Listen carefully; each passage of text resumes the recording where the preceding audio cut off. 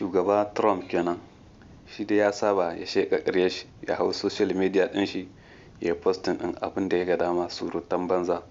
Wai nan ne yake cewa Iran sun zo gare mu suka ce za mu amince mu buɗe mashigar ruwa, kuma duk mutane na sun yi farin ciki. Kowa ya yi farin ciki sai ni kaɗai na ce a dakatar na ɗan lokaci. Idan muka buɗe mashigar, hakan na nufin za su riƙa samun dala miliyan 500 a kowace rana. Ni kuma ba na son su riƙa samun dala miliyan 500 a kowace rana har sai sun warware wannan batu. Tsofaffin sojojin Amurka sun shiga hannu bayan United States Capitol Police sun kama su a Washington bayan sun yi zanga-zanga kan yiwuwar ƙarin rikicin soja da Iran. Waɗannan tsofaffin sojoji sun fito fili suna sukar sabon yaƙi a Gabas ta Tsakiya, inda wasu suka tunatar da irin asarar rayuka da aka yi a yaƙe-yaƙen baya, kamar na Iraki da Afghanistan.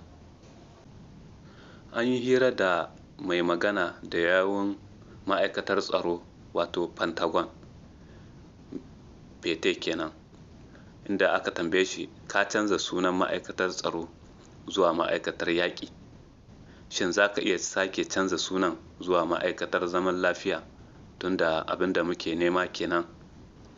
Sai ya ba da amsar, wannan shine burin. Tambaya ce mai kyau sosai. Ka sauya daga tsaro zuwa yaƙi ne domin ka zama mai ɗaukar mataki wajen samar da zaman lafiya ta hanyar ƙarfi. Na kuma taɓa gabatar da jawabi a gaban janar-janar kan manufar abin da ma'aikatar yaƙi ke nufi, domin na so a fahimci hakan. A kowane mataki na wannan ma'aikata yana da ma'ana, ba kalmomi kawai ba ne. Kuma idan aka yi yaƙi ta hanyar da ta dace, ra'ayoyin ɓangare ɗaya za su kawo zaman lafiya. Wannan shine abin da muke so mu gani fiye da komai. A gaskiya na taɓa yin wani bidiyo inda na ce cibiyar da ya kamata ta lashe kyautar Nobel kowace shekara ita ce rundunar sojojin United States Military, domin mu ne masu tabbatar da tsaro da kariya ba kawai ga ƙasarmu ba, har ma ga mutane da dama a duniya. Wata sanarwa daga China ta ce idan tana son ceto duniya daga yaƙin duniya na uku, dole ne a ƙwace makaman nukiliya na Isra'ila da na United States, inji Xi Jinping. Wannan Aliko Dangote kenan, babban attajiri a Afirka. Zuwan shi ƙasar Kenya ya bayyana cewa yanzu haka mutum mai fasfo na Turai na iya yin zirga-zirga cikin sauƙi cikin Afirka fiye da ma ɗan Afirkan kansa. Kuma wannan abu ne da ya kamata a canza shi. Me yasa ba za mu iya amincewa da zirga-zirga a tsakaninmu ba tare da biza ba ga dukkan 'yan Afirka?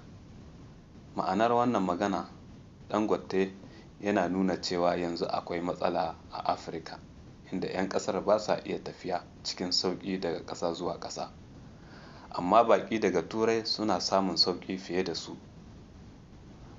Abin da yake so a ba dukkan 'yan Afirka damar tafiya ba tare da biza ba, a sauƙaƙa hulɗa tsakanin ƙasashen Afirka domin ƙarfafa kasuwanci da haɗin kai. A taƙaice, Dangote yana kira ne ga haɗin kan Afirka, sauƙaƙa zirga-zirga domin ci gaban tattalin arzikin Afirka. Wannan batu yana da muhimmanci sosai wajen gina Afirka mai ƙarfi da haɗin kai.